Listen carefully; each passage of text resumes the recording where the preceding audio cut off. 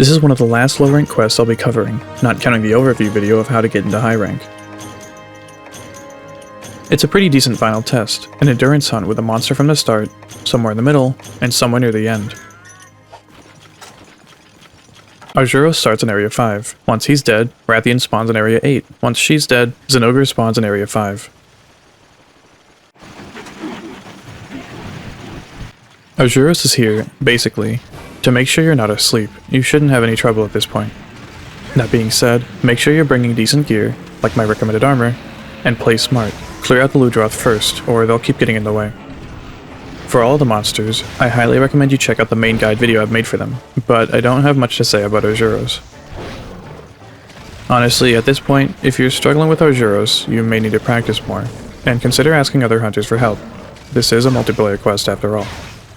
But seeing as you've made it this far, that's unlikely. Rathian and Zinogre may cause some trouble, but I've got some advice for when we get there.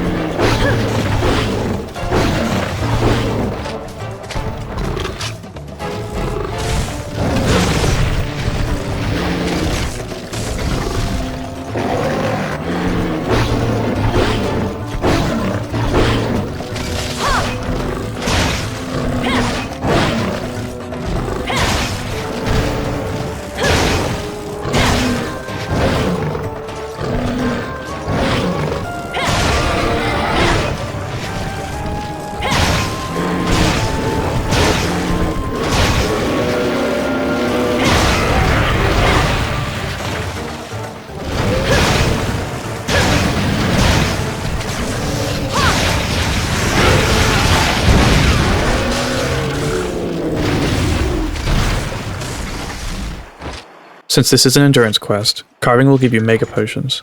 Since I haven't been bringing them so far, they're actually pretty useful to me. You should bring mega potions though. And moving forward, once we enter high rank, my item loadouts will be including mega potions. I hope you've been stockpiling honey. Rathian will spawn in after Arzuros despawns. Since he's paintballed, we can actually see exactly when that happens.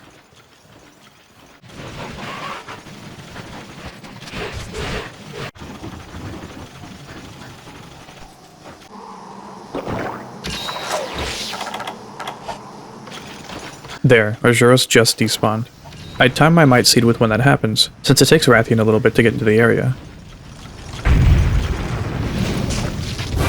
For Rathian, we'll be using a slightly advanced technique, though it may look like I'm being very aggressive and taking lots of hits unnecessarily. To be fair, I could have played cleaner, but I was also getting really unlucky with what moves Rathian chose to do. The idea here, and something I want you to remember whenever fighting any monster, is that her head has a very low stagger limit, which is easy to reach. Rathian's head usually is a pretty great target, so if you ever notice that a monster seems to stagger after only a few hits to some part of it, that may be something to exploit. Now, pay attention to when I actually hit her head, because sometimes I'll hit her wing instead. The screen shakes much more. That's how I can tell I hit her head and not something else. From what I can tell, I can reach her stagger limit with about 4 hits to her head in sword mode. If I get lucky with crits, I can reach it in just 3. Whenever she staggers, I'll reset my count, and when I think I can stagger her on my next hit, I'll play more aggressively since I could potentially interrupt her attack. When she's staggering, I'll also attack her as much as I can. A safe amount seems to be 2 hits, but sometimes I went for 3. I'd say just stick with 2 since it's more consistent. This means the first stagger will take around 4 hits, the next ones, if all goes as planned, will only need 2. You can see how this is really powerful. And also why it's a bit ridiculous that they don't allow stagger overlapping with other animations, effectively eating a stagger animation. they're extremely important, the game will just rob you of them. I've talked about this before, and the modern games seem to have remedied this, which is great. But yeah.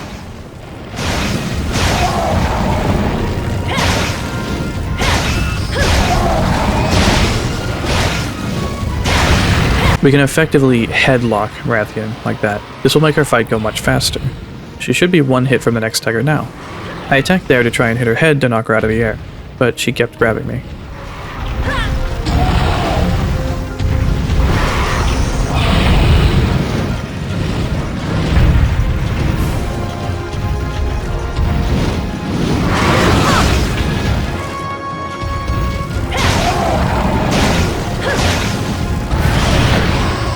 See, 3 hits isn't really safe, but 2 should be fine.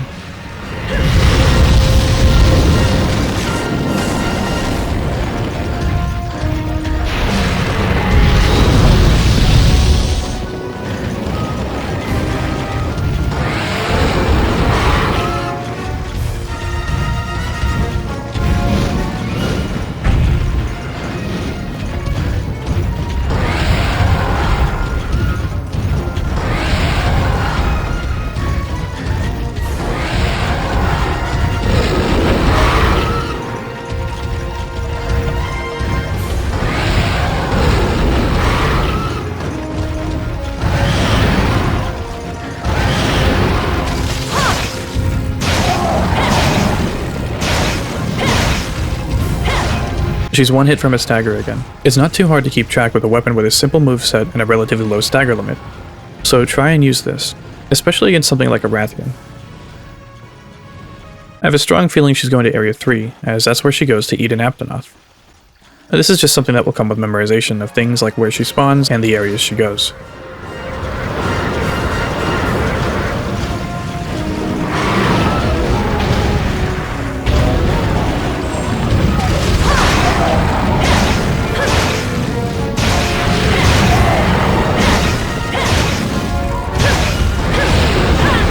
Darn. One hit to stagger again. I tried to hit her out of the air again, but she grabbed me yet again.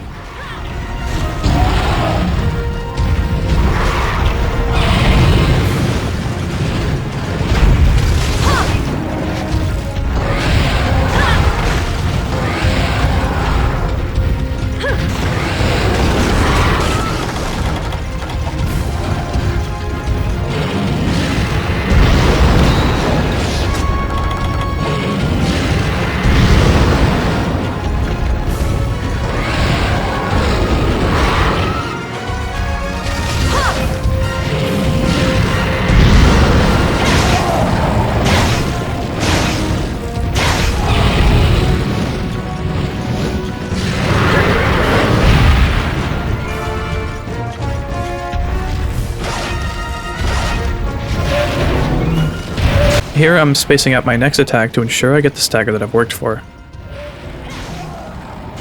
See how silly that is? I have to stop attacking in order to get the thing I'm working for? Interrupting one stagger for another is actually worse than getting 2 back to back. I'll never understand why they did it that way.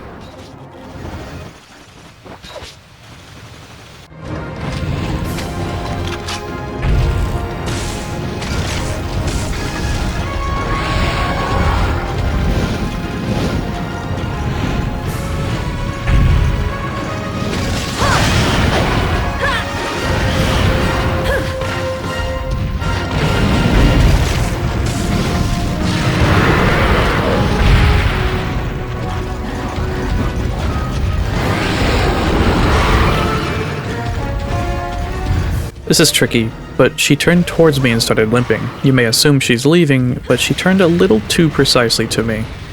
I guess it's one of those small things that comes with experience, unfortunately.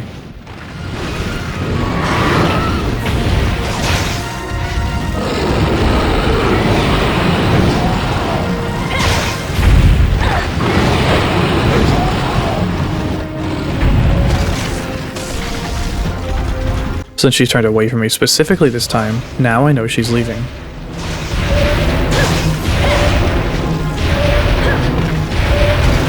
Rathian goes to Area 8 when she's weak.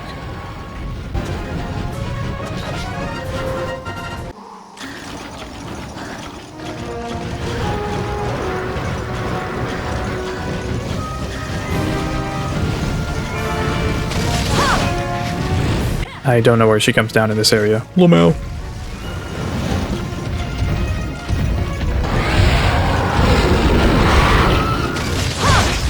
That hunt obviously could have been less sloppy, but hopefully I explained what I was doing. And all things considered, it went pretty well. Zinogre spawns in Area 5.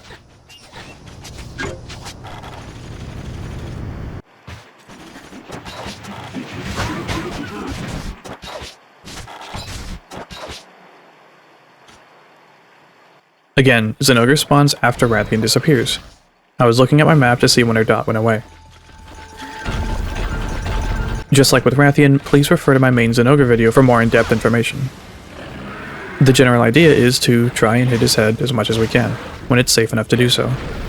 And when given the opportunity, try and aim for his back legs, as that can stagger and even topple him. Staggers are important since it can help us knock him out of his charged state. There's a handful of things to look out for, things that make Zinogre quite fun to fight. Like positioning during that move, for example.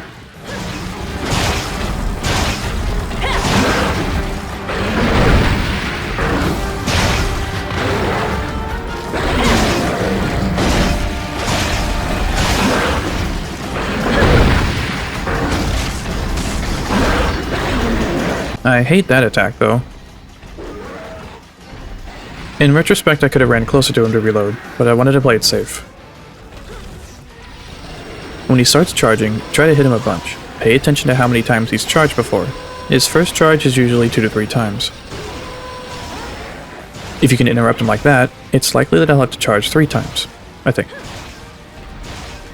I've tried to find some pattern or something that changes to determine how charged up he is. From what I can tell, there isn't really.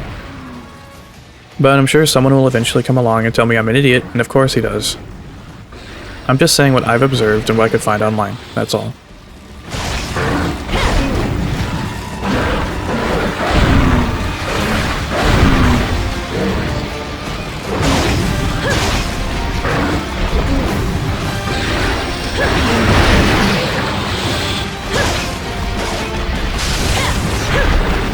Again, like my main video will explain, when he hops back like that, uncharged, he will usually run forward, spin around, and start charging.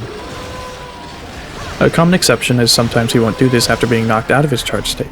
Maybe there's some sort of cooldown before he can do it again. I just interrupted him charging for the second time. It's reasonable to assume his next charge up will fully charge him up, so I know to give him some space.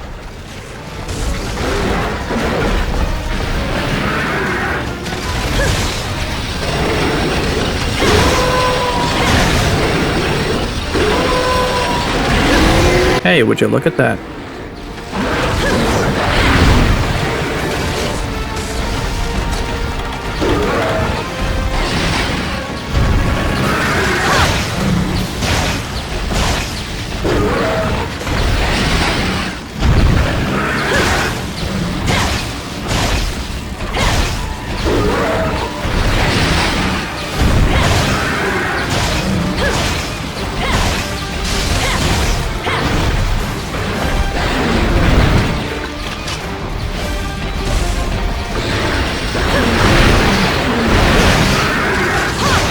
Zinogre is an excellent monster, honestly. He's always been a very fun fight because everything feels so consistent. It doesn't hurt that he also has some pretty clear openings, and you can more or less intuit where to stand to take advantage of them. And they can possibly teach you tricks for other monsters too. The main thing I'm thinking of right now is Lagombi's spin attack. You can position similarly to Zinogre's jumping spin attack. I love consistency in design and relatable attacks. It feels like I'm being prepared. The back flop attack is very dangerous. He'll do it when he's supercharged like he is now, with blue lightning instead of green. You kinda have to keep it in mind whenever he's supercharged, but he usually makes distance before doing it, so as long as you're not stuck in an animation, you should be fine.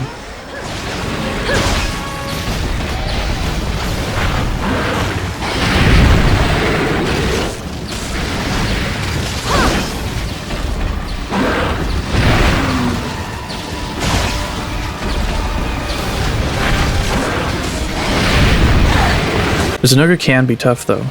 When you get hit, make sure to pay attention to Thunderblight. Getting stunned will likely get you killed. Thunderblight, the icon by my name and the effect on my character for my thunder attacks, will cause stun to build up faster on you. Hell yeah, we broke him out of his charged state. Zinogre's design encouraging aggression instead of passiveness is also part of what makes him so good. Also, notice he didn't try charging up just then. He's also exhausted. Being charged up prevents him from being exhausted. It's kind of like a permanent enrage.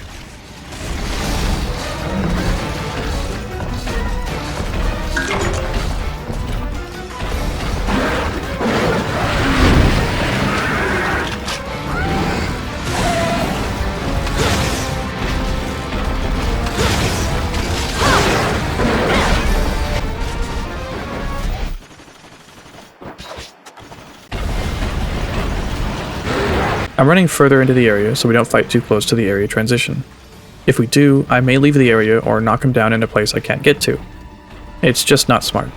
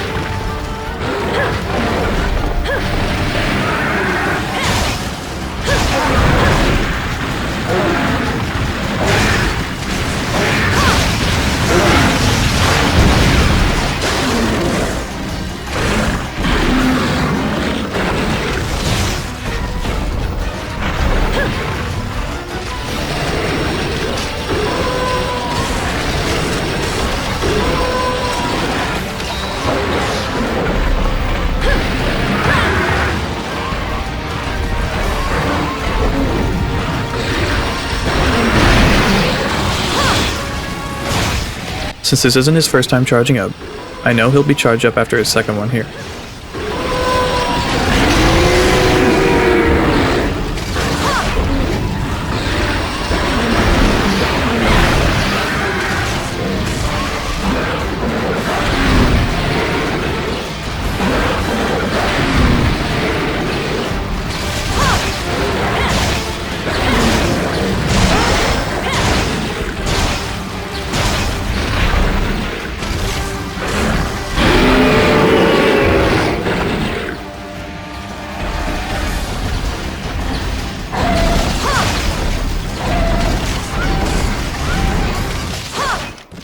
Keep this animation cancel tech, chat.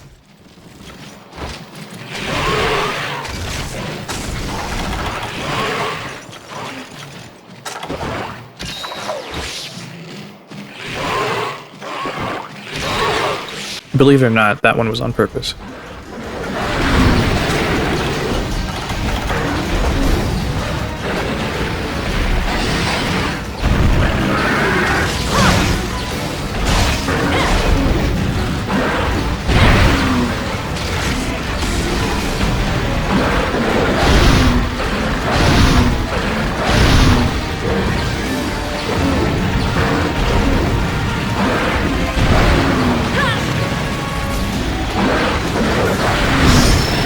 Hehe, I'm charged up now too.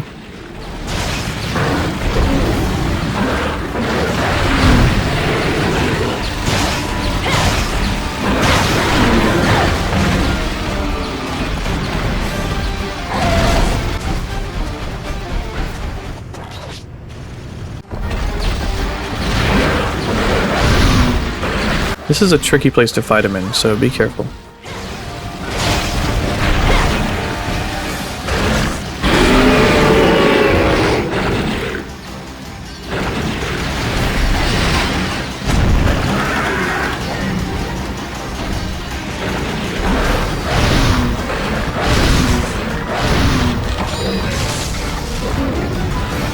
Fortunately, he thinks so too.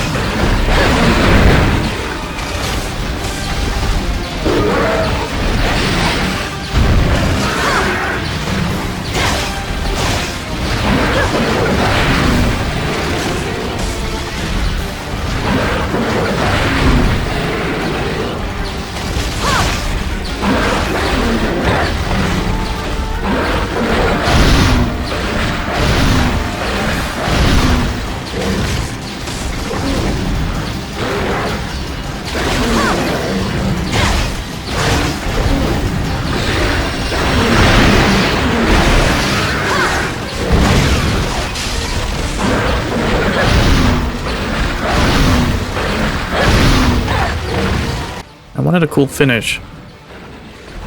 This quest is tough. You're up against 3 monsters, even if one is pretty simple. If nothing else, this is an endurance test. If you're really struggling, try and get some help from other hunters. Remember, it's a multiplayer quest. Either way, try and get better at Rathian and Zinogre before diving into this one. Practice them alone, and you'll do much better when fighting them back to back. You got this.